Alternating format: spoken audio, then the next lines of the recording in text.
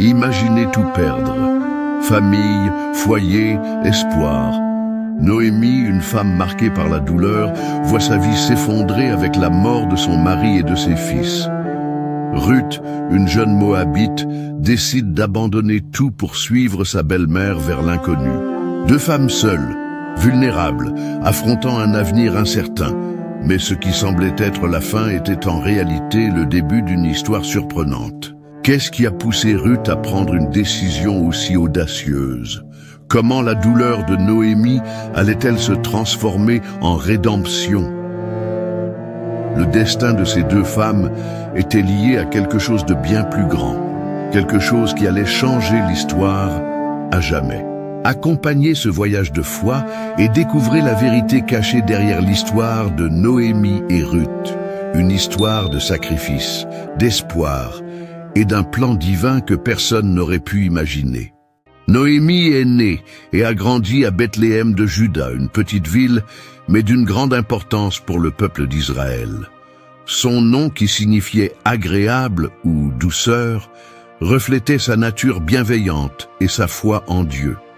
Dès son plus jeune âge, Noémie a appris les coutumes et les traditions de son peuple, vivant selon les commandements de la loi. Son mari, Élimélec, était un homme respecté, possédant des terres à Bethléem, et ensemble, ils formaient une famille heureuse et prospère. Ils eurent deux fils, Mahlon et Kilion, qu'ils élevèrent avec dévouement, leur enseignant à suivre les voies du Seigneur. Cependant, les temps d'abondance ne durèrent pas éternellement. Une terrible famine s'abattit sur la région, plongeant le peuple de Bethléem dans la misère et l'incertitude. Les champs s'asséchèrent, le bétail dépérit, et beaucoup partirent en quête de subsistance. La famine était une épreuve sévère, et chaque jour devenait plus difficile pour assurer leur survie. Le cœur lourd, Élimélec prit une décision radicale, quitter sa terre et partir pour Moab, où les conditions semblaient meilleures. Le voyage fut éprouvant. Noémie ne voulait pas quitter Bethléem, mais elle n'avait pas le choix. Moab était une terre étrangère, habitée par un peuple descendant de Lot, le neveu d'Abraham. Les Moabites étaient connus pour leur culture distincte et pour adorer des dieux païens, comme Kémosh, ce qui allait à l'encontre de la foi d'Israël.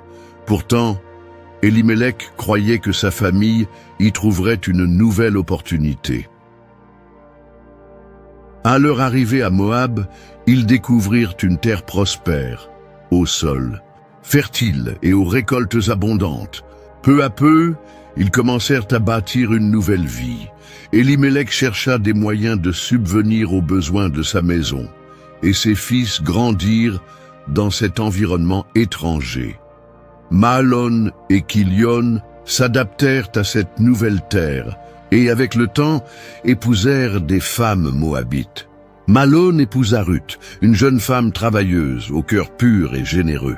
Kilion se maria avec Orpa, une moabite déterminée et au caractère fort. Ruth venait d'une famille moabite traditionnelle, et dès son plus jeune âge, elle avait appris la valeur du travail acharné. Élevée pour être une épouse dévouée, elle était disciplinée et humble. Lorsqu'elle épousa Mahlon, elle accepta avec respect et curiosité la foi et les coutumes de sa nouvelle famille, développant un lien spécial avec Noémie. Son cœur était généreux et sa dévotion envers sa famille devint rapidement évidente. Orpa, quant à elle, était également une bonne épouse, mais son attachement à sa culture et à ses dieux moabites était plus profond. Pendant un temps, tout semblait bien aller. Noémie, bien que nostalgique de sa terre natale, trouvait du réconfort dans la compagnie de ses belles-filles et dans l'espoir de voir sa famille grandir. Mais cette tranquillité fut de courte durée. Sans prévenir, Élimélec tomba gravement, malade et mourut. La perte de son mari fut un coup dévastateur pour Noémie.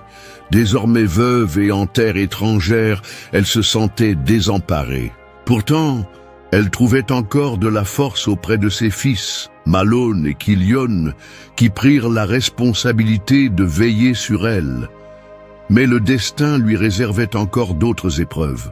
Avec le temps, à l'horreur de Noémie, ses fils tombèrent aussi malades. Aucun remède ni prière ne put les sauver. En peu de temps, Malon et Kilion moururent également, laissant leurs épouses veuves et Noémie complètement seules.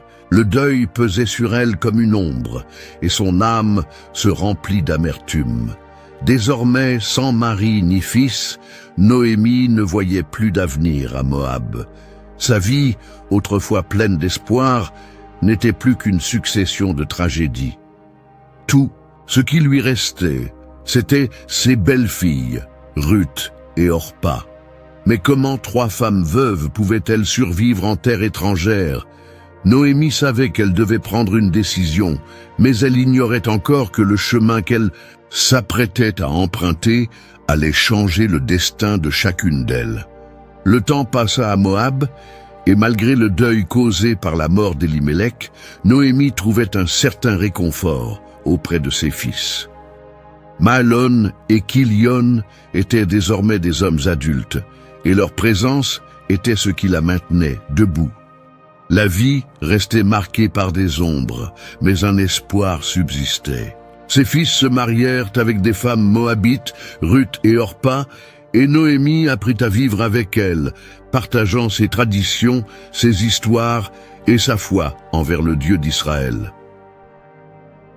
Ruth, l'épouse de Malon, était une jeune femme au cœur pur et au caractère fort. Dès le début, elle montra un profond respect envers Noémie, écoutant attentivement ses enseignements sur le Dieu d'Israël. Bien qu'elle fût moabite, quelque chose en elle était différent. Une volonté sincère de comprendre la foi de son mari et de sa nouvelle famille. Son amour pour Malon était sincère, et son attachement à Noémie grandissait jour après jour. Orpa, épouse de Kilion, était aussi une femme dévouée, mais son lien avec sa culture moabite était plus fort. Elle respectait sa belle-mère, mais restait attachée à ses croyances et à ses origines. Les années passèrent, et un instant, Noémie crut qu'elle retrouvait enfin un semblant de paix. Les récoltes restaient abondantes, et la maison qu'ils avaient bâtie à Moab leur apportait une certaine stabilité. Noémie voyait en ses belles-filles l'avenir que sa famille pourrait avoir. Peut-être que bientôt viendraient les petits-enfants, et avec eux la joie reviendrait-elle pour de bon? Mais cet espoir ne dura pas longtemps. Sans prévenir, Malon tomba malade. Au début, ce ne semblait être qu'un mal passager. Mais les jours se transformèrent en semaines, et sa santé se détériorait rapidement.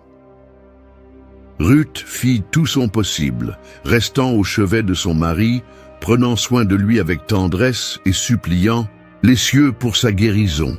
Noémie, déjà marquée par la souffrance, observait en silence, sentant la peur s'insinuer dans son cœur.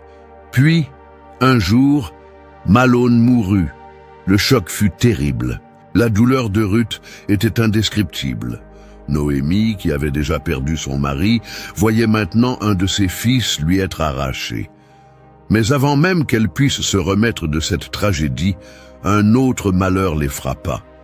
Kilion, comme s'il était emporté par le même destin cruel, tomba malade à son tour et comme son frère quitta ce monde.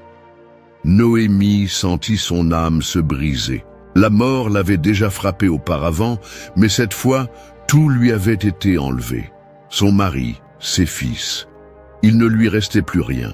Seulement elle et 2 jeunes veuves, elles aussi anéanties par la douleur. Le deuil s'installa dans la maison. Le silence devint pesant et chaque jour était une lutte pour continuer à vivre.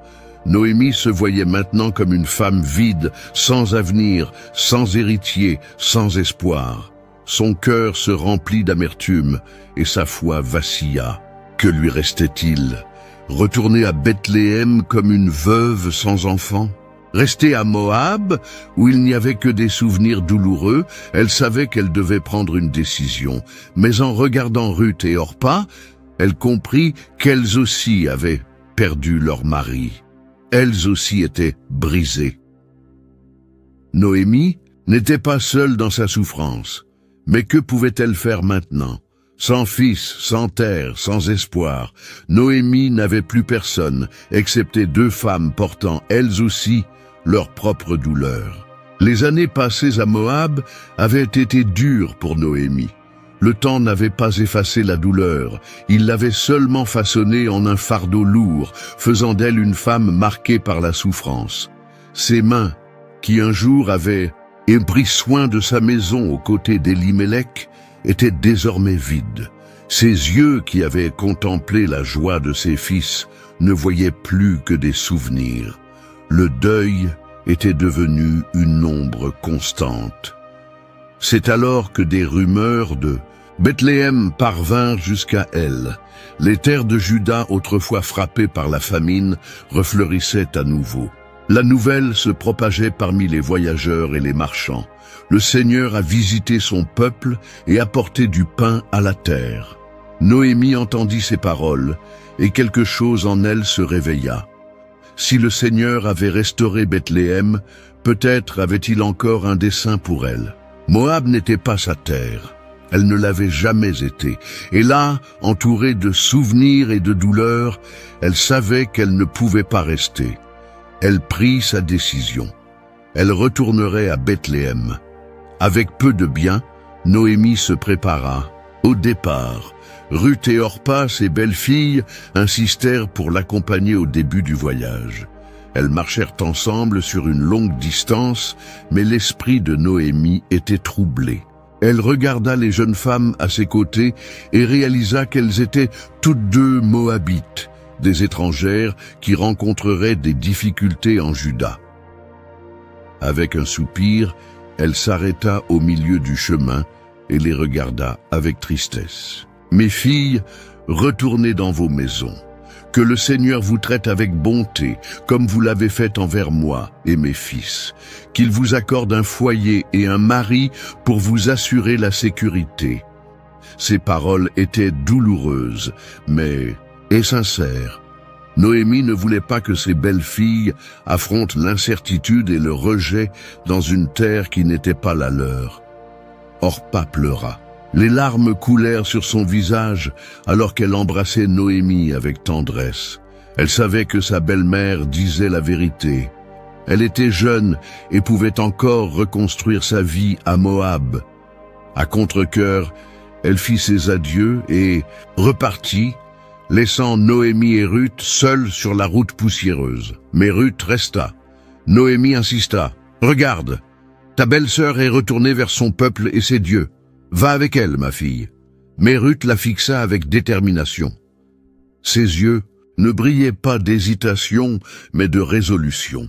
Alors, avec une voix chargée d'émotion, elle déclara « Ne me presse pas de te quitter et de ne plus te suivre, car où tu iras, j'irai. Où tu demeureras, je demeurerai. Ton peuple sera mon peuple, et ton Dieu sera mon Dieu. Là où tu mourras, je mourrai, et c'est là que je serai enterré. Que le Seigneur me punisse avec sévérité si autre chose que la mort me sépare de toi. » Les paroles de Ruth résonnèrent sur la route déserte. Noémie en sentit tout le poids. Il n'y avait plus rien à dire. Ruth ne retournerait pas à Moab. Elle avait choisi un nouveau chemin, un avenir incertain, un voyage dont elle ne connaissait pas l'issue. Silencieusement, Noémie acquiesça, et ensemble, elles prirent la route vers Bethléem. Ruth avait fait son choix, mais était-elle prête à affronter ce qui l'attendait dans une terre qui n'était pas la sienne? Avant de continuer, nous comptons sur votre aide. Abonnez-vous à la chaîne et laissez un like sur la vidéo pour soutenir notre travail et nous aider à partager davantage d'histoires bibliques. Maintenant, poursuivons l'émouvant voyage de Ruth et Noémie. Le soleil couchant teintait le ciel de tons dorés et rougeâtres lorsque Noémie et Ruth atteignirent enfin les abords de Bethléem. Le voyage avait été long, épuisant. empli de silence lourd de douleur. Pour Noémie, chaque pas rappelait ce qu'elle avait perdu. Pour Ruth, chaque pas était un saut vers l'inconnu. La ville était animée, car c'était la saison de la moisson de l'orge. L'odeur des grains fraîchement coupés flottait dans l'air, mêlée à celle du pain cuit s'échappant des maisons. Des hommes revenaient des champs, portant des gerbes sur leurs épaules, tandis que des femmes bavardaient en petits groupes, riant et échangeant des nouvelles. Des enfants couraient dans les rues de terre battue, lançant des pierres et jouant. Lorsque les deux femmes passèrent devant les premiers groupes d'habitants, les murmures commencèrent. « Ce n'est pas possible !» murmura une femme en plissant les yeux. « Est-ce Noémie ?» s'exclama une autre presque incrédule. Les gens s'approchaient lentement, comme s'ils voyaient un fantôme du passé. « Noémie est de retour !» lança une voix. Mais où sont Élimélec et ses fils? Noémie ressentit ces paroles comme des poignards. Elle savait que ce moment arriverait. Elle savait qu'elle devrait affronter les regards et les questions. Mais rien ne l'avait préparée à la douleur que ces voix lui infligeaient. Elle regarda autour d'elle et vit les visages familiers d'autrefois. Des voisins, des amis d'antan, des gens qui avaient assisté à son départ de Bethléem, aux côtés de son mari et de ses fils, plein d'espoir pour un avenir meilleur. Mais à présent, elle revenait vide. Les questions n'avaient pas besoin d'être posées à voix haute. Elle voyait la réponse dans leurs yeux. Noémie s'arrêta au milieu de la place, sentant ses jambes fléchir. Le poids de sa douleur était accablant. Alors, d'une voix tremblante mais résolue, elle déclara « Ne m'appelez plus Noémie, appelez-moi Mara, car le Tout-Puissant a rendu ma vie très amère. Je suis parti d'ici comblé, mais le Seigneur me ramène les mains vides. » Un silence pesant s'abattit sur l'assemblée. Certains baissèrent les yeux, d'autres se regardèrent, ne sachant quoi dire. Ruth observait tout en silence. Elle voyait la douleur sur le visage de sa belle-mère et ressentait l'impact de ses paroles. Elle comprenait le poids du deuil de Noémie, mais ce qui lui faisait le plus mal, c'était de voir que la femme qu'elle aimait comme une mère ne trouvait plus de sens à la vie. Les chuchotements grandissaient parmi les habitants. Certains murmuraient au sujet de la Moabite qui accompagnait Noémie. « Qui est cette femme? Elle n'est pas des nôtres. Pourquoi une Moabite est-elle venue avec Noémie ?» Ruth sentit les regards peser sur elle, certains curieux, d'autres méfiants, et d'autres encore ouvertement hostiles. Elle savait qu'elle ne serait pas facilement acceptée. Bethléem n'était pas sa terre, et son peuple n'y était pas bien vu. Mais elle avait choisi ce chemin, et était prête à l'affronter. L'arrivée des deux femmes en ville devint rapidement le sujet du jour. Noémie, consumée par sa tristesse, se retira en silence. Elle ne montrait aucun intérêt pour la ville, pour ses retrouvailles avec de vieux amis ou pour l'avenir. Tout ce qu'elle voyait, c'était l'ombre de ses pertes. Mais Ruth voyait autre chose. Un nouveau départ se présentait à elle. Et pour survivre, elle savait qu'elles auraient besoin de nourriture. Les champs étaient en pleine récolte. Le blé était entreposé, et il existait une tradition parmi les Hébreux qui permettait à une étrangère, si elle était assez audacieuse, de trouver un moyen de nourrir sa belle-mère et elle-même. Noémie ne voyait que ténèbres et désolation, mais le destin de Ruth ne faisait que commencer, et les champs de Bethléem recelaient bien plus que de simples épis d'orge. Le soleil se levait à l'horizon lorsque Ruth s'éveilla. La lumière dorée envahissait la petite maison, révélant les signes de la pauvreté dans laquelle elle et Noémie vivaient désormais. Les meubles étaient rares et usés, et la nourriture insuffisante. Leur arrivée à Bethléem n'avait pas apporté de soulagement immédiat, et les paroles de Noémie résonnaient encore dans l'esprit de Ruth. « Le Seigneur m'a ramené les mains vides. » Mais Ruth refusait de se laisser submerger par le désespoir. Si Noémie n'avait plus la force de lutter, alors elle le ferait pour elles deux. Elle se leva et regarda sa belle-mère, qui restait allongée, les yeux perdus dans des pensées lointaines. « Noémie, il faut que je sorte. Je veux aller au champ pour glaner des épis. Peut-être que quelqu'un me laissera travailler. » Noémie mit un moment à répondre, puis finit par hocher lentement la tête. « Vas-y, ma fille, que le Seigneur soit avec toi. » Ruth ajusta son voile, nouant ses cheveux, et sortit avec détermination. La journée s'annonçait chaude, et le travail serait pénible, mais elle n'hésiterait pas. Les rues de Bethléem étaient animées. Des hommes allaient et venaient, portant des paniers, tandis que des femmes transportaient des jarres d'eau. Mais Ruth marcha droit vers les champs situés aux abords de la ville. Dans le pays de Noémie, une tradition existait parmi les Hébreux. Les pauvres et les étrangers avaient le droit de ramasser les épis laissés après la moisson. C'était un acte de miséricorde, un moyen de subsistance que Dieu avait accordé au peuple d'Israël. Ruth ne savait pas à qui appartenait chaque champ, mais elle décida de commencer par celui qui paraissait le plus fréquenté.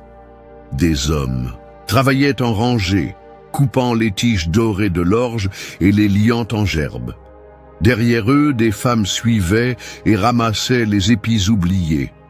Elle s'approcha de l'un des moissonneurs et demanda humblement « S'il vous plaît, puis-je ramasser les épis tombés à terre ?»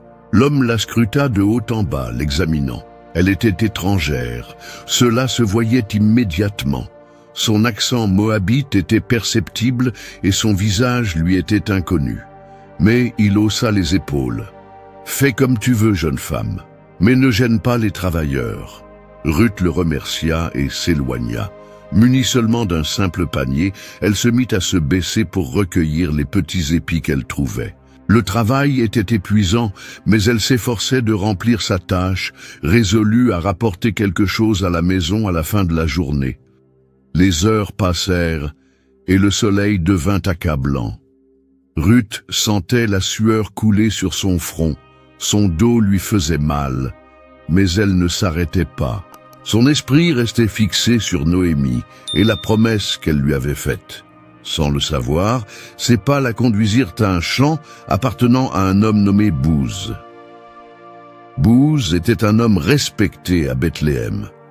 Riche, noble et craignant Dieu, il était connu pour sa générosité envers ses serviteurs et pour sa droiture. Ce jour-là, il vint au champ pour inspecter l'avancement de la moisson. « Que le Seigneur soit avec vous, » salua-t-il ses travailleurs. « Que le Seigneur te bénisse, » répondirent les moissonneurs.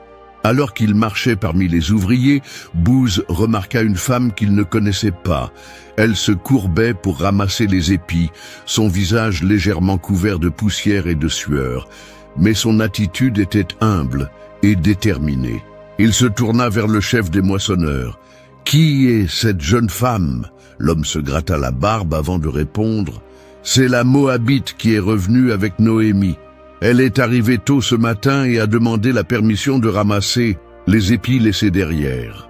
Depuis, elle travaille sans relâche. » Booz observa Ruth un instant. Il avait déjà entendu parler de cette jeune femme qui avait quitté son peuple et sa terre natale pour suivre Noémie. Son histoire de loyauté se répandait parmi les habitants de Bethléem. Intrigué, Booz décida de s'approcher. Ruth ne remarqua pas sa présence avant qu'il ne s'arrête près d'elle.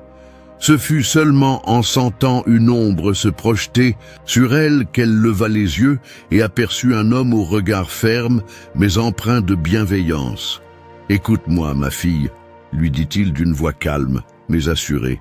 « Ne va pas glaner dans un autre champ, ne t'éloigne pas d'ici.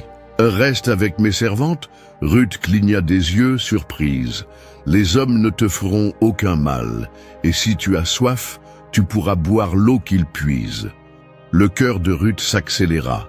Elle ne s'attendait pas à une telle bonté. Tremblante, elle s'agenouilla devant lui. « Mon Seigneur, » Pourquoi ai-je trouvé grâce à tes yeux, moi qui suis étrangère ?» Booz esquissa un léger sourire. « On m'a raconté tout ce que tu as fait pour ta belle-mère, comment tu as quitté ton peuple pour venir en cette terre. Que le Seigneur te récompense pour tout et t'abrite sous ses ailes. » Les yeux de Ruth brillèrent d'émotion. Pour la première fois depuis la mort de Mahlon, quelqu'un la regardait avec bienveillance. À l'heure du repas, Booz l'invita à manger avec les travailleurs. Il lui servit lui-même du pain et lui offrit du vin pour y tremper son morceau sec. Ruth sentit une chaleur étrange au creux de sa poitrine, une sensation qu'elle ne savait nommer. Plus tard, lorsqu'elle retourna au champ, elle remarqua que les moissonneurs semblaient intentionnellement laisser tomber davantage d'épis près d'elle. Booz leur avait ordonné de lui faciliter le travail. La journée s'acheva, et Ruth récolta plus qu'elle ne l'avait espéré. Avec un sourire discret, elle serra son panier rempli contre sa poitrine et reprit le chemin de la maison. Elle ignorait encore que cette rencontre allait changer sa vie à jamais. Le soleil était déjà haut lorsque Ruth, épuisée, essuya la sueur de son front et leva les yeux. Elle n'avait pas cessé de travailler depuis son arrivée au champ. Son panier contenait déjà une quantité raisonnable d'épis, mais elle savait qu'elle en avait encore besoin de plus. Pas pour elle-même, mais pour Naomi. Elle prit une profonde inspiration et continua son labeur. Les autres ouvriers l'observaient de temps à autre, certains avec curiosité, d'autres avec indifférence. Il était évident qu'elle était une étrangère, une Moabite, quelqu'un qui n'appartenait pas à cet endroit. Mais Ruth ne se laissa pas intimider. Sa promesse à Naomi était plus forte que n'importe quel regard de reproche. C'est alors que, sans qu'elle ne s'en aperçoive, un homme arriva dans le champ. Il avait une présence imposante, mais son regard était empreint de sérénité. Son nom était Boaz, et ce champ lui appartenait. Boaz marcha parmi les ouvriers, inspectant la moisson. C'était un homme respecté à Bethléem, connu pour son intégrité et sa crainte de Dieu. Son cœur était généreux et il traitait ses serviteurs avec dignité. « Que l'Éternel soit avec vous », salua-t-il les moissonneurs. « Que l'Éternel te bénisse », répondirent-ils d'une seule voix. Boaz continua à avancer, observant le dur labeur des hommes et des femmes qui ramassèrent les épis. Mais soudain, quelque chose attira son attention. Au milieu du champ, une jeune femme travaillait sans relâche. Son visage était couvert de poussière et de sueur, ses vêtements étaient simples, mais il y avait en elle quelque chose de particulier. Son attitude était déterminée, ses gestes précis, et elle ne montrait aucun signe de découragement malgré la chaleur accablante. Intrigué, Boaz se tourna vers le chef des moissonneurs et demanda « Qui est cette jeune femme, le contremaître ?» regarda dans la direction indiquée par Boaz et hocha la tête, comme s'il s'attendait déjà à cette question. C'est la Moabite qui est revenue avec Naomi. Elle est arrivée tôt ce matin et a demandé la permission de glaner derrière les moissonneurs. Depuis, elle travaille sans relâche, ne s'arrêtant que quelques instants pour se reposer à l'ombre. Boaz fixa Ruth un moment. Il avait déjà entendu parler de cette jeune femme qui avait quitté sa terre natale pour suivre sa belle-mère. Son histoire s'était répandue parmi les habitants de Bethléem. Sans hésiter, Boaz s'approcha. Ruth ne remarqua sa présence que lorsque son ombre couvrit le sol devant elle. Elle leva les yeux et vit un homme debout devant elle. Il était plus âgé qu'elle, avec des traits marqués par le temps et un regard à la fois ferme et bienveillant. « Écoute-moi, ma fille » dit-il d'une voix grave mais chaleureuse. Ruth cligna des yeux, surprise, et se leva immédiatement. « Ne va pas glaner dans un autre champ et ne t'éloigne pas d'ici, » poursuivit Boaz. « Reste avec mes servantes. » Ruth demeura immobile, ne comprenant pas pourquoi un homme comme lui offrait une telle bienveillance. Suis les moissonneuses et n'aie pas peur. J'ai ordonné à mes hommes de ne pas te molester. Et quand tu auras soif, tu pourras boire l'eau qu'ils puisent. » Dans les cruches, un nœud se forma dans la gorge de Ruth. Elle ne s'attendait pas à un tel traitement. Elle s'agenouilla devant lui, humblement. « Mon Seigneur, pourquoi ai-je trouvé grâce à tes yeux, moi qui suis une étrangère ?» Boaz la regarda un instant avant de répondre. « On m'a rapporté tout ce que tu as fait pour ta belle-mère, depuis la mort de ton mari, dit-il. Comment tu as quitté ton père, ta mère et ta patrie pour venir parmi un peuple que tu ne connaissais pas ?» Les yeux de Ruth s'emplirent de larmes. Il savait, il connaissait son histoire. « Que l'Éternel te récompense pour ton œuvre, » poursuivit Boaz. « Que sous les ailes du Dieu d'Israël, tu trouves refuge, puisque tu es venu chercher protection auprès de lui. » Les paroles de Boaz touchèrent profondément son cœur. Pendant un instant, elle sentit que son choix de suivre Naomi, de faire confiance au Dieu d'Israël, n'avait pas été vain. « Que je trouve grâce à tes yeux, mon Seigneur, » dit-elle en baissant le regard. « Car tu m'as consolé et tu as parlé au cœur de ta servante, bien que je ne sois pas comme l'une de tes servantes. » À l'heure du repas, Boaz l'invita à s'asseoir parmi les moissonneurs. Lui-même lui offrit du pain et lui permit de le tremper dans le vinaigre, un geste de respect et d'acceptation. Lorsqu'elle eut fini de manger, il lui en resta encore, qu'elle mit de côté pour Naomi. Après cela, Boaz donna un ordre spécial à ses ouvriers, laissait tomber quelques épis pour elle et ne la réprimandait pas. Les moissonneurs obéirent, et Ruth put glaner bien plus qu'elle ne l'avait espéré. À la fin de la journée, son panier était lourd, rempli d'orge. Au crépuscule, elle retourna chez elle, portant sa récolte du jour. Son cœur était reconnaissant, mais aussi troublé, mais tout ne serait pas aussi simple pour Ruth. Le soleil se couchait à l'horizon lorsque Ruth rentra chez elle, portant un tablier rempli d'orge. Le poids du grain pesait sur ses bras, mais c'était un fardeau qu'elle portait avec gratitude. La journée avait été surprenante. En partant, ce matin-là, pour chercher de quoi se nourrir, elle n'imaginait pas qu'elle rencontrerait une telle générosité. Boaz, le propriétaire du champ où elle avait travaillé, non seulement lui avait permis de glaner parmi les gerbes, mais il avait aussi ordonné à ses ouvriers de bien la traiter. Il s'était assuré qu'elle ait suffisamment de nourriture et l'avait même invitée à manger avec les moissonneurs. Jamais auparavant quelqu'un à Bethléem ne l'avait traitée avec autant de considération.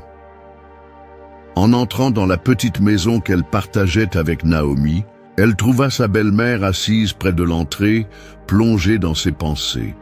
Depuis leur retour de Moab, Naomi souriait rarement.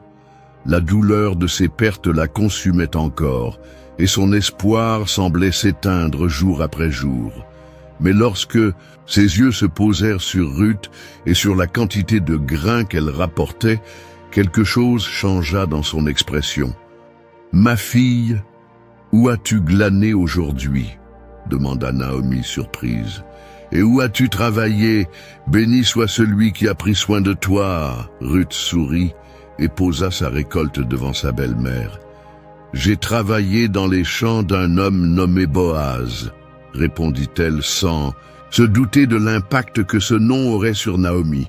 La veuve ouvrit de grands yeux, son visage pâle, prenant une expression d'incrédulité. « Boaz !»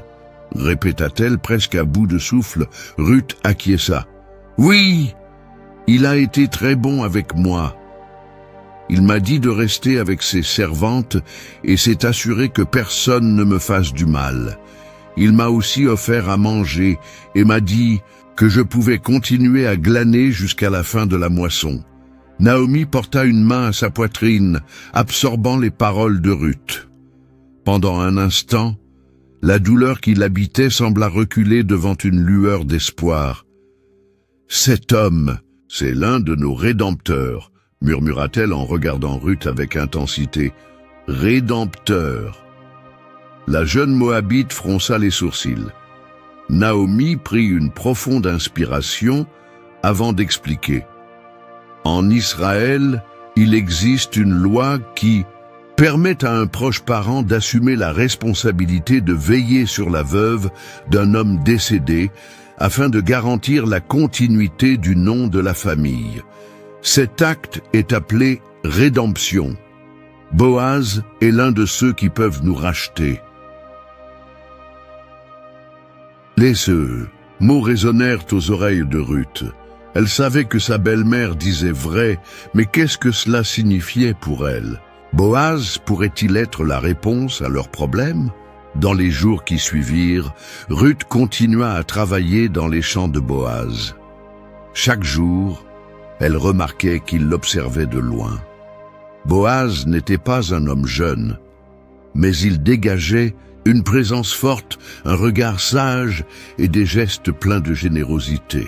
Les moissonneurs semblaient le respecter profondément et sa bonté ne se limitait pas à elle. Il était juste envers tous. Les ouvriers obéissaient fidèlement à son ordre de la protéger.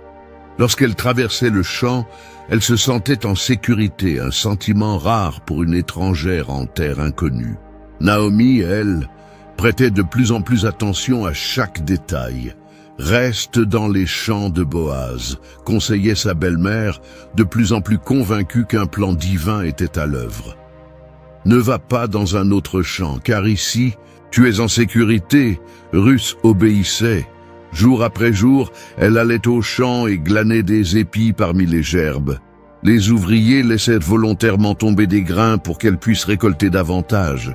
Lorsqu'elle avait soif, les serviteurs de Boaz lui permettaient de boire l'eau qu'ils puisaient eux-mêmes du puits. Naomi, jadis consumée par le deuil, commençait à entrevoir une possibilité. Boaz était bon, prospère, et avait le droit de les racheter.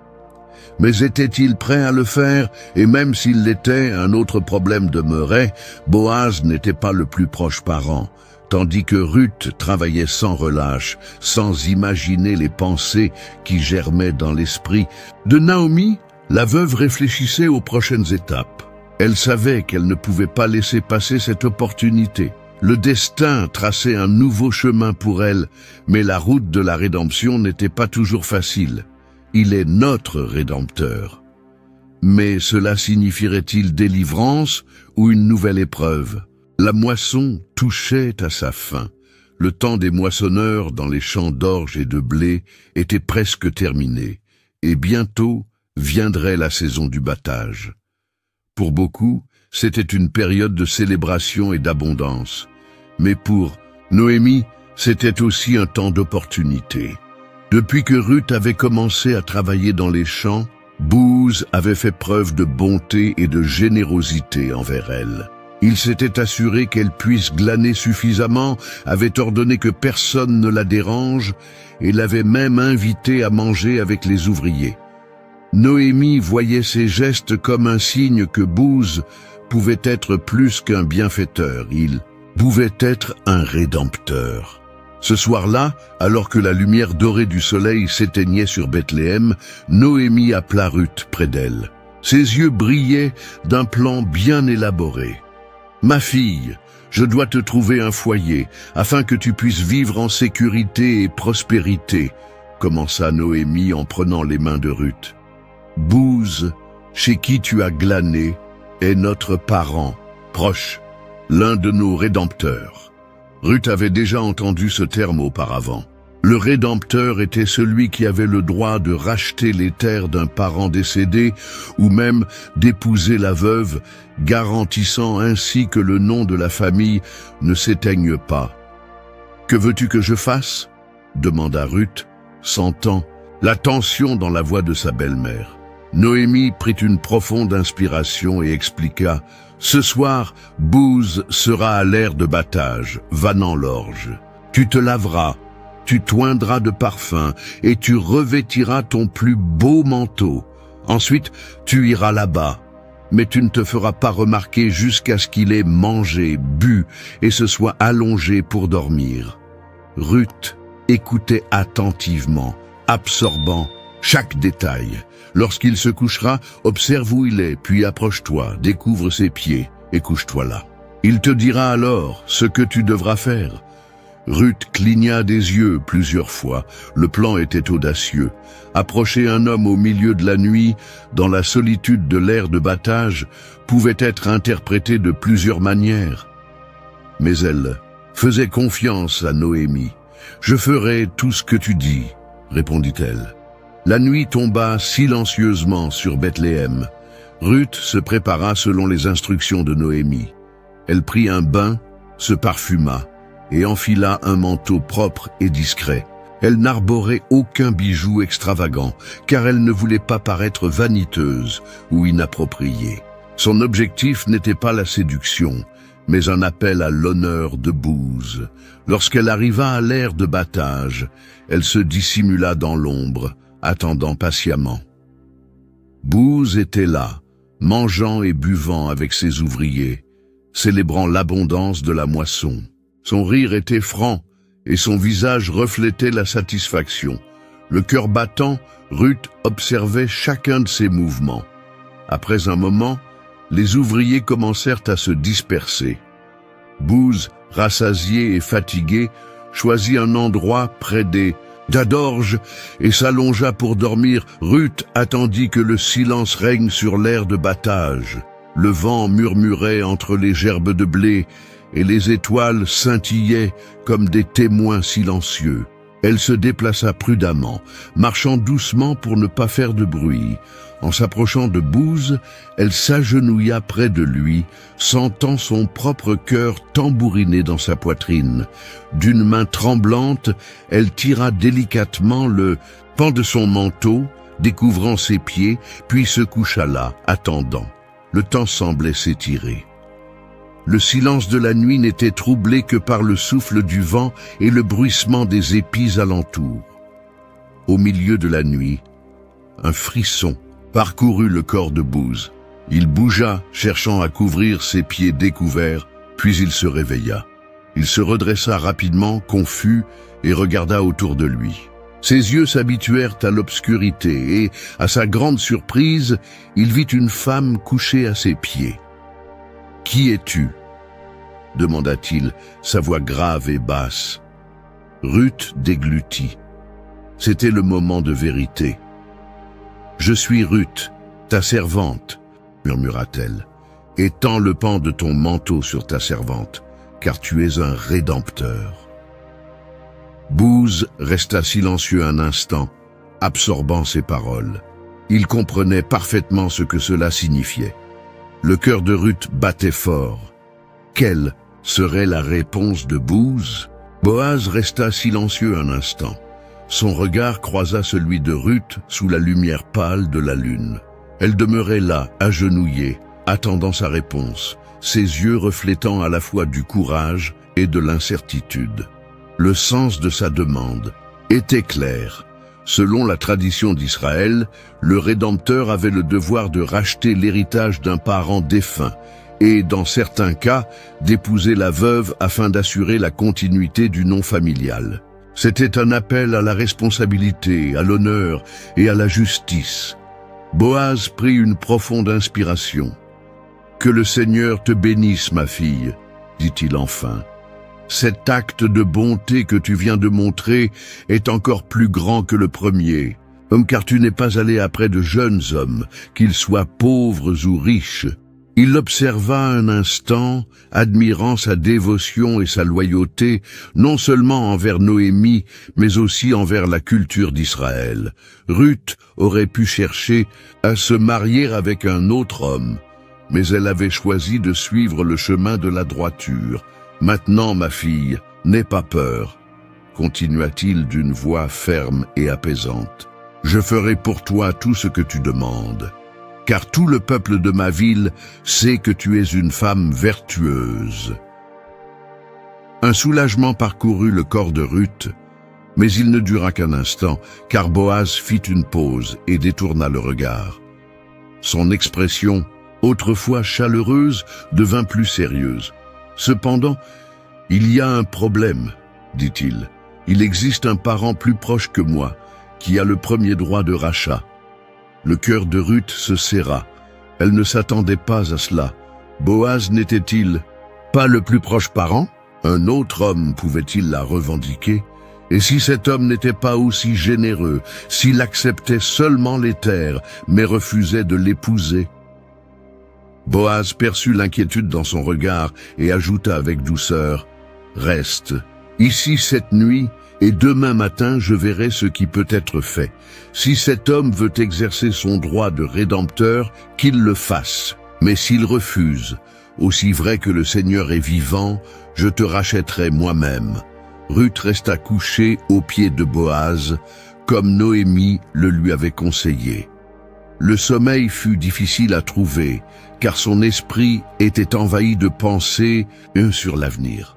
Son destin était désormais entre les mains d'un inconnu.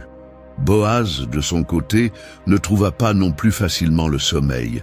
Il avait toujours respecté la loi et savait qu'il devait suivre les procédures correctement.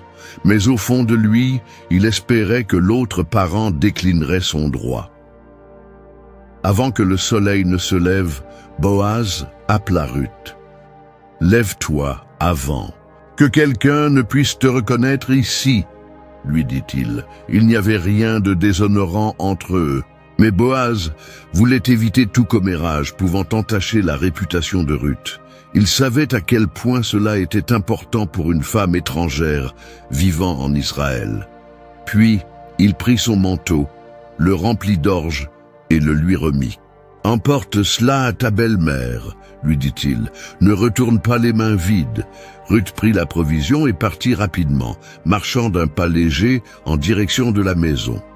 À son arrivée, Noémie était déjà réveillée, attendant impatiemment le retour de sa belle-fille. Dès que Ruth entra, sa belle-mère s'approcha. « Comment cela s'est-il passé, ma fille ?» demanda-t-elle, ses yeux brillants d'espoir. Ruth lui raconta tout. Elle parla des paroles bienveillantes de Boaz, du Rédempteur plus proche, et de l'incertitude de ce qui allait se passer le lendemain. Noémie écouta attentivement et à la fin, elle eut un sourire serein. « Patiente, ma fille, dit-elle, cet homme ne se reposera pas avant d'avoir réglé cette affaire aujourd'hui même. » Ruth acquiesça, essayant de faire confiance aux paroles de sa belle-mère. Mais dans son cœur, elle savait que son destin ne dépendait plus d'elle, et si cet homme refusait, ou pire, s'il acceptait. Le lendemain matin, avant que la ville ne s'éveille complètement, Boaz se dirigea vers la porte de Bethléem, où les anciens avaient l'habitude de se réunir pour discuter des affaires importantes. La porte de la ville n'était pas seulement une entrée, mais un lieu de décision judiciaire, où les transactions et les différends étaient résolus en présence de témoins. Boaz arriva tôt, mais il n'eut pas à attendre longtemps. Bientôt il vit l'homme qui avait le premier droit de racheter Ruth, et les terres d'Élimélec s'approchaient. Il était un proche parent, bien que son nom ne soit pas mentionné. Dans les Écritures, un détail révélant le rôle éphémère qu'il jouerait dans cette histoire. « Mon ami !» l'appela Boaz d'un ton ferme mais cordial. « Assieds-toi ici, j'ai quelque chose à te dire. » L'homme s'arrêta, regarda Boaz et, comprenant la solennité de la situation, hocha la tête avant de s'asseoir à ses côtés. Boaz fit alors appel à 10 anciens de la ville pour servir de témoins. Lorsque tous furent réunis, il commença. « Noémie, qui est revenue du pays de Moab, vend la part des terres qui appartenaient à notre parent Élimélec. Puisque tu es le plus proche parent, tu as le droit de les acquérir afin de préserver l'héritage dans la famille.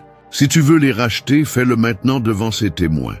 Mais si tu ne le veux pas, dis-le-moi, afin que je sache, car après toi, c'est à moi que revient le droit de rachat. » L'homme réfléchit un instant, pesant la proposition.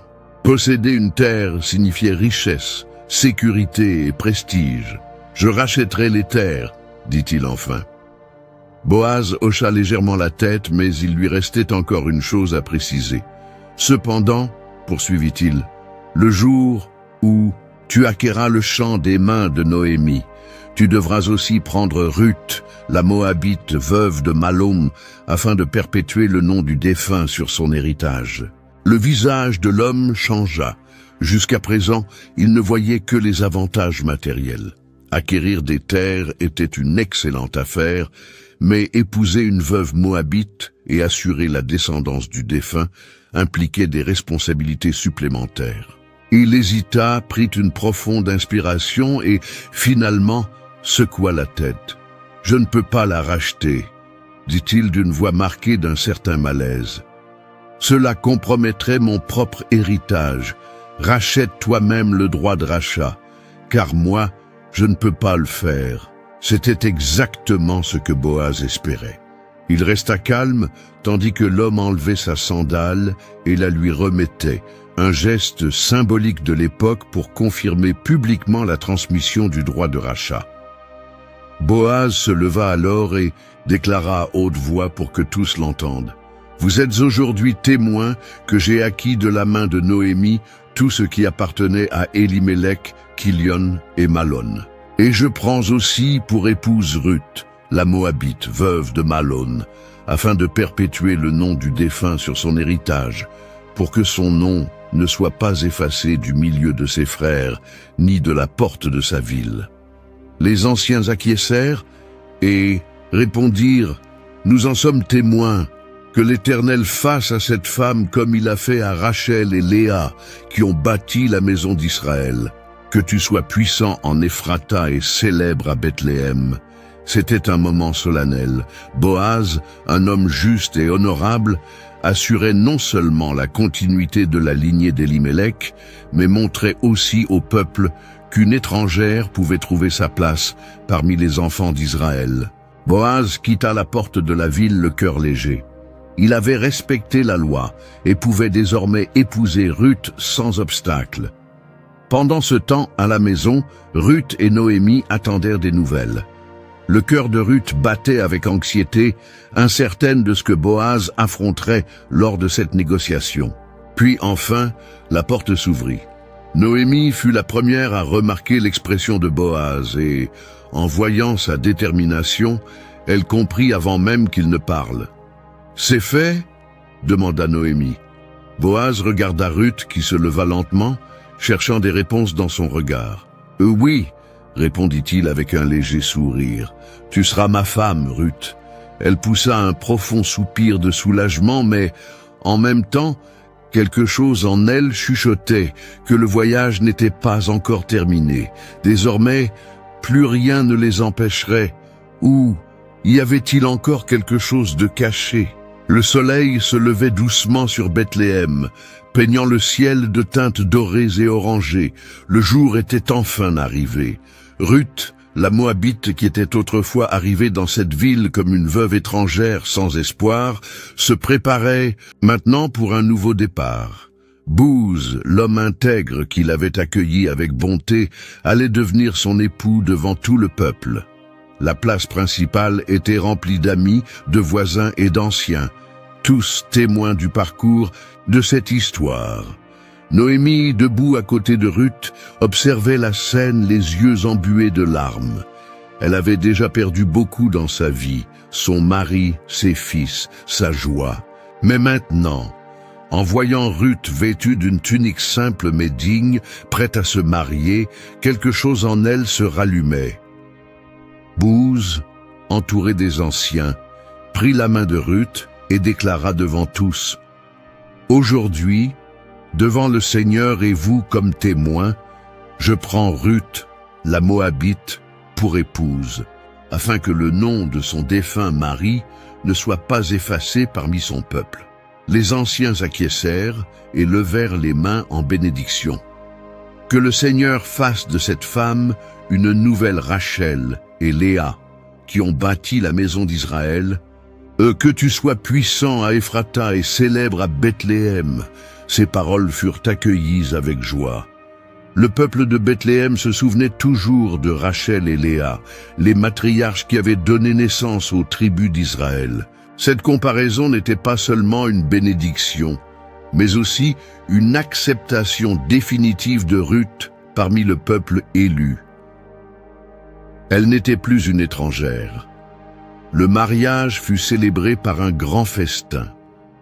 Du pain frais, des figues, des dattes et du vin remplissèrent les tables. Les gens dansaient et se réjouissaient, et Noémie, pour un instant, laissa derrière elle les ombres du passé. Pendant la fête, Noémie et Ruth eurent un moment en tête-à-tête. La vieille femme prit doucement la main de sa belle-fille et la serra. « Ma fille, dit Noémie avec tendresse, quand nous sommes arrivés ici, je croyais qu'il n'y avait plus d'espoir. Mais regarde ce que le Seigneur a fait. » Ruth sourit, sentant la chaleur de l'étreinte de Noémie. « Tu m'as appris à faire confiance, mère, et Booz, il m'a accepté. »« Le Seigneur est bon, ma fille, » répondit Noémie. Ces paroles résonnèrent dans le cœur de Ruth. Oui, le Seigneur était bon, il l'avait amenée à Bethléem, mise sur le chemin de Booz, lui avait offert sa protection et maintenant un foyer. Mais au fond d'elle, un nouveau sentiment émergeait. Quelque chose allait bientôt changer, quelque chose de plus grand qu'elle ne pouvait l'imaginer. Noémie, qui autrefois avait demandé à être appelée Mara, la mère, regardait désormais l'avenir avec un regard différent. En voyant Ruth heureuse et en sécurité, elle ressentait une nouvelle forme d'espoir. Mais il y avait plus. Quelque chose de plus grand qu'elle-même était en train de se dérouler. Une femme plus âgée du village s'approcha de Noémie et, avec un sourire doux, posa une main sur son épaule. « Le Seigneur a restauré ta maison, Noémie. La bénédiction, qui te semblait lointaine, est maintenant devant tes yeux. » La veuve sourit, un frisson parcourant sa peau. C'était vrai. Mais pourquoi? Qu'allait-il encore arriver? Ruth et Booz étaient maintenant mariés, et les jours suivants apportèrent une sérénité qu'elle n'avait jamais connue. Booz était un mari aimant et protecteur, et Noémie semblait plus légère. Mais le destin de Ruth n'était pas seulement de trouver un foyer sûr. Une promesse plus grande l'attendait, une promesse qui traverserait les générations. Mais la plus grande révélation restait encore à venir. Les jours passaient lentement, et l'attente grandissait dans toute la maison de Boaz et Ruth. Depuis leur mariage, la vie leur souriait avec abondance et paix. La terre était généreuse, les champs d'orge et de blé se courbaient sous le vent comme un manteau doré, et le grenier était toujours rempli. Mais aucun don ne pouvait se comparer à celui qui allait venir. Lorsque Ruth réalisa que son ventre commençait à s'arrondir, une émotion profonde envahit son cœur. Elle posa ses mains sur son ventre et ferma les yeux, ressentant la présence de cette petite vie en elle. Elle courut jusqu'à Naomi et, à peine capable de contenir sa joie, lui annonça la nouvelle. Naomi s'arrêta un instant, les yeux embués de larmes. Puis, elle porta ses mains à son visage et éclata en sanglots, mais ce n'était pas de tristesse, c'était de gratitude. « Le Seigneur a encore montré sa bonté ?» dit-elle en serrant Ruth avec force. Les femmes de Bethléem apprirent rapidement la nouvelle et célébrèrent la bénédiction qui s'était abattue sur la maison de Boaz. Certaines apportaient des herbes et des onguents, d'autres venaient simplement offrir des mots d'encouragement. Pour elles, l'histoire de Ruth semblait avoir été écrite par Dieu lui-même, une histoire de fidélité et de rédemption. Les mois passèrent, et le ventre de Ruth s'arrondissait davantage. Les sages-femmes assuraient que l'enfant était fort, et Boaz posait souvent sa main sur le ventre de son épouse, sentant les petits coups du bébé. Son sourire était empli d'admiration. « Tu seras grand, mon fils », murmurait-il, comme si l'enfant pouvait l'entendre. Pendant ce temps, Naomi s'affairait à préparer tout pour l'arrivée du bébé. Le temps n'avait pas effacé ses douleurs, mais le Seigneur, silencieusement et avec douceur, restaurait son âme. Quand personne ne regardait, elle caressait le ventre de Ruth et murmurait des prières de gratitude. Puis, une nuit silencieuse, alors que la pleine lune illuminait les champs, les douleurs commencèrent. Ruth agrippa le bras de Naomi, son visage crispé par la souffrance. « C'est le moment !» annonça Naomi en appelant les sages-femmes. Le travail fut long et éprouvant. Boaz faisait les 100 pas à l'extérieur de la maison, joignant les mains en prière, écoutant les murmures des femmes et les gémissements de Ruth. À l'intérieur de la chambre, la sueur coulait sur le visage de Ruth, mais son regard restait déterminé. « Tu peux le faire, ma fille », l'encouragea Naomi en serrant fermement sa main. Ruth mordit ses lèvres, rassemblant toutes ses forces. La douleur était intense, mais en elle, il y avait un sentiment d'abandon total, de confiance en le dessein divin. Et puis, un cri retentit, suivi par les pleurs forts et vigoureux d'un nouveau-né. Les sages-femmes sourirent, tandis que l'une d'elles souleva l'enfant pour que Ruth puisse le voir. « Un garçon !» annonça l'une des femmes. Le soulagement envahit Ruth, et elle laissa couler ses larmes en contemplant ce petit être qui reposait désormais dans ses bras. Naomi s'approcha lentement, et lorsque ses yeux se posèrent sur l'enfant, son expression s'adoucit. « Obed !» murmura-t-elle, la voix tremblante d'émotion. Ruth et Boaz échangèrent un regard et acquiescèrent. Ce serait le nom de leur fils. Bientôt, la nouvelle se répandit dans tout Bethléem. Les rues furent remplies de murmures et d'exclamations de joie. Les femmes âgées vinrent à la maison pour bénir le bébé et murmurèrent à Naomi, « Le Seigneur a restauré ta joie. Regarde, il t'a donné un petit-fils pour porter ton nom. » Naomi tenait Obed dans ses bras comme un trésor. Son regard était perdu dans le temps, comme si toutes les souffrances de son passé trouvaient enfin un sens. Mais personne ne pouvait imaginer ce que l'avenir réservait à cet enfant. Il portait en lui un destin plus grand que quiconque ne pouvait l'imaginer. Le temps avançait sur Bethléem, et l'histoire de Ruth et Boaz devenait une partie de la mémoire du peuple. Mais leur héritage ne se perdrait pas, car, dans la maison bâtie sur la foi et la justice, un enfant grandissait, destiné à perpétuer le legs de ses parents. Obed, fils de Boaz et Ruth, apprit dès son plus jeune âge la valeur du travail acharné et de la droiture. En observant l'exemple de son père, il devint un homme diligent et respecté parmi les Israélites, quelqu'un dont la parole était ferme et dont les mains ne refusaient jamais d'aider ceux qui en avaient besoin. Depuis son enfance, Obed entendait sa mère raconter le voyage qu'il avait mené en ce lieu. Ruth lui parlait de Moab, sa terre natale, et de la décision qui avait changé sa vie pour toujours. La façon dont elle évoquait Noémie avec révérence et amour enseigna au garçon que les liens du sang ne sont pas toujours les plus forts.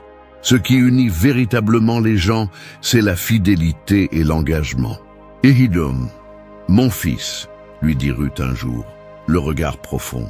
Quand j'ai tout perdu, je pensais ne jamais retrouver un foyer. Mais Dieu m'a conduite jusqu'ici, et il nous a donné une nouvelle histoire. N'oublie jamais que c'est sa bonté qui nous a soutenus. » Obed garda ces paroles dans son cœur. Ainsi, il devint un homme de foi, quelqu'un qui craignait le Seigneur et marchait dans sa justice. Son nom devint connu parmi les Israélites, et sa réputation se répandit à Bethléem. Lorsque vint le temps de prendre une épouse, Obed choisit une femme qui craignait Dieu et partageait sa vision de la famille et de la foi. Leur mariage fut béni, et leur foyer devint un lieu de paix et d'abondance. Puis vint la grande bénédiction, la naissance d'un fils, Jesse. L'enfant grandit en écoutant l'histoire de sa famille, comment la bonté de Dieu avait sauvé son arrière-grand-mère d'une terre étrangère et comment la justice de Boaz avait changé le destin de tous. Il apprit à travailler dans les champs comme son père, à s'occuper des troupeaux et à affronter les difficultés de la vie avec patience et courage. Avec le temps, Jesse devint un homme respecté et prospère. Ses terres s'agrandirent, ses troupeaux se multiplièrent, et il fonda sa propre famille. Dieu le bénit avec de nombreux fils, et sa maison était pleine de vie et de mouvement. Ses fils aînés devinrent des hommes forts, préparés à relever les défis de l'existence. Chacun reçut des responsabilités importantes, que ce soit dans la gestion des terres, le commerce du bétail ou la protection de la famille contre les menaces extérieures. Mais il y avait un fils que personne ne considérait comme spécial, le plus jeune. Tandis que ses frères aînés recevaient les grandes responsabilités et étaient vus comme les héritiers du patrimoine de Jesse, ce fils passait ses journées dans les champs, seul, à s'occuper des brebis. Personne ne lui prêtait attention. Pour beaucoup, il n'était qu'un berger, un jeune garçon frêle qui passait son temps à jouer de sa harpe sous le ciel de Bethléem, composant des chants que personne n'écoutait. Mais Dieu voyait quelque chose de différent.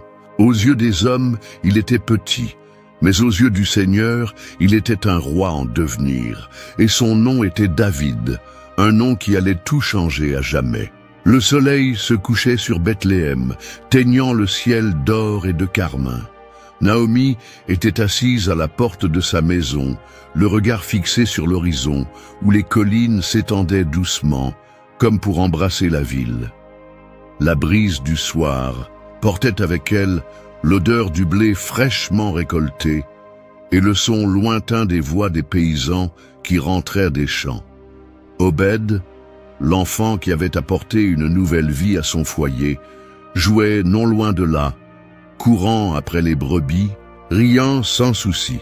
Son rire résonnait dans la cour, se mêlant au chant doux des femmes qui moulinaient les grains au moulin. Naomi l'observait avec un sourire discret sur les lèvres, mais ses pensées vagabondaient ailleurs. Les années avaient été difficiles, des années de deuil et de désespoir, durant lesquelles elle avait cru que Dieu l'avait abandonnée. Quand elle avait perdu son mari et ses fils à Moab, son cœur s'était alourdi comme une pierre. Elle était retournée à Bethléem vide, sans espoir, accompagnée seulement de sa belle-fille, Ruth, qui avait refusé de l'abandonner. Mais maintenant, en regardant Obed, elle comprenait combien le Seigneur avait restauré sa destinée. Le garçon courut vers elle, ses cheveux noirs ébouriffés par le vent. « Grand-mère, regarde !» s'exclama-t-il en tendant ses petites mains. Il tenait une poignée de dattes mûres, cueillies sur les arbres qui poussaient autour de la ville. « Elles sont pour toi. » Naomi prit le fruit avec tendresse et passa sa main sur le visage de son petit-fils. « Merci, mon cher, que le Seigneur te bénisse toujours. » Il lui sourit et repartit à ses jeux. Les femmes de la ville venaient souvent rendre visite à Naomi, lui apportant du pain frais et de l'huile.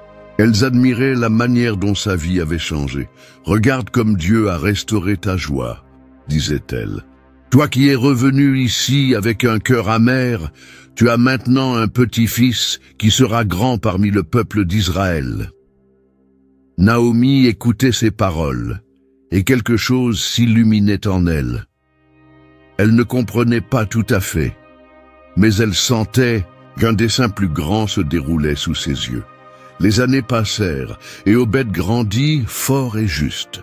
Il apprit de Boaz la crainte du Seigneur, l'importance de la droiture et les récits des patriarches d'Israël. Son nom était respecté, et la bénédiction de Dieu semblait reposer sur lui. Un soir, assise aux côtés de Ruth, Naomi poussa un profond soupir. « Je pensais que mon histoire était terminée lorsque j'ai perdu Elimelech et mes fils, » dit-elle, sa voix empreinte d'émotion. « Mais aujourd'hui, je réalise que le Seigneur ne m'a jamais abandonné. » Ruth lui prit les mains et lui sourit. « Il nous a conduites jusqu'ici, mère. Rien n'a été en vain. » Cette nuit-là, Naomi s'endormit le cœur léger. Les années passèrent et Obed devint père. Son fils, Jessé, avait le même éclat dans les yeux que son grand-père. Il grandit en écoutant les récits de ses ancêtres et devint un homme fort, respecté parmi les anciens. Mais le plus grand mystère restait à venir. Jessé aurait un fils dont le nom résonnerait sur toute la terre. Et David, un nom qui changerait tout pour toujours. Le vent soufflait doucement sur les collines de Bethléem, portant avec lui l'arôme des champs de blé mûrs et le murmure lointain des bergers guidant leurs troupeaux. Les rues pavées étaient baignées de la lumière dorée du soleil couchant, et le peuple se rassemblait aux portes de la ville, partageant des histoires transmises de génération en génération. Parmi elles, il y avait une histoire qui ne serait jamais oubliée, une histoire de perte d'amour, de fidélité et de rédemption. Noémie, désormais âgée, était assise à l'ombre d'un palmier, observant les enfants jouer au loin. Son regard se posa sur Obed, désormais un homme accompli, portant son fils sur ses épaules.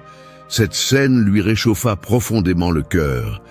Qui aurait pu imaginer que d'une douleur aussi dévastatrice naîtrait une lignée qui serait rappelée à travers toutes les générations? Elle ferma les yeux un instant et se laissa emporter dans le passé. Elle se souvenait de la famine qui avait frappé Bethléem et l'avait contrainte à partir pour Moab. Elle se souvenait de l'amour que ses fils avaient trouvé en terre étrangère et de la tristesse de les avoir enterrés avant même de voir leurs enfants naître. Elle se souvenait de l'amertume qu'il avait consumée en revenant à Bethléem, persuadée que Dieu l'avait oubliée.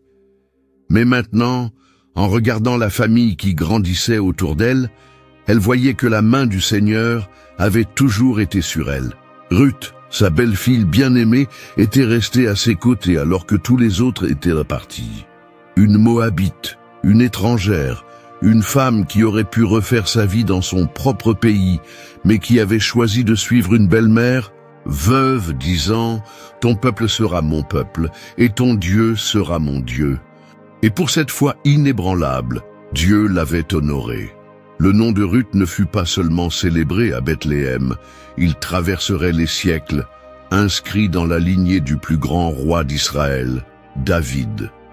Et au-delà, son nom serait gravé pour toujours dans les Écritures, car d'elle viendrait des siècles plus tard, celui qui rachèterait non seulement Israël, mais toute l'humanité.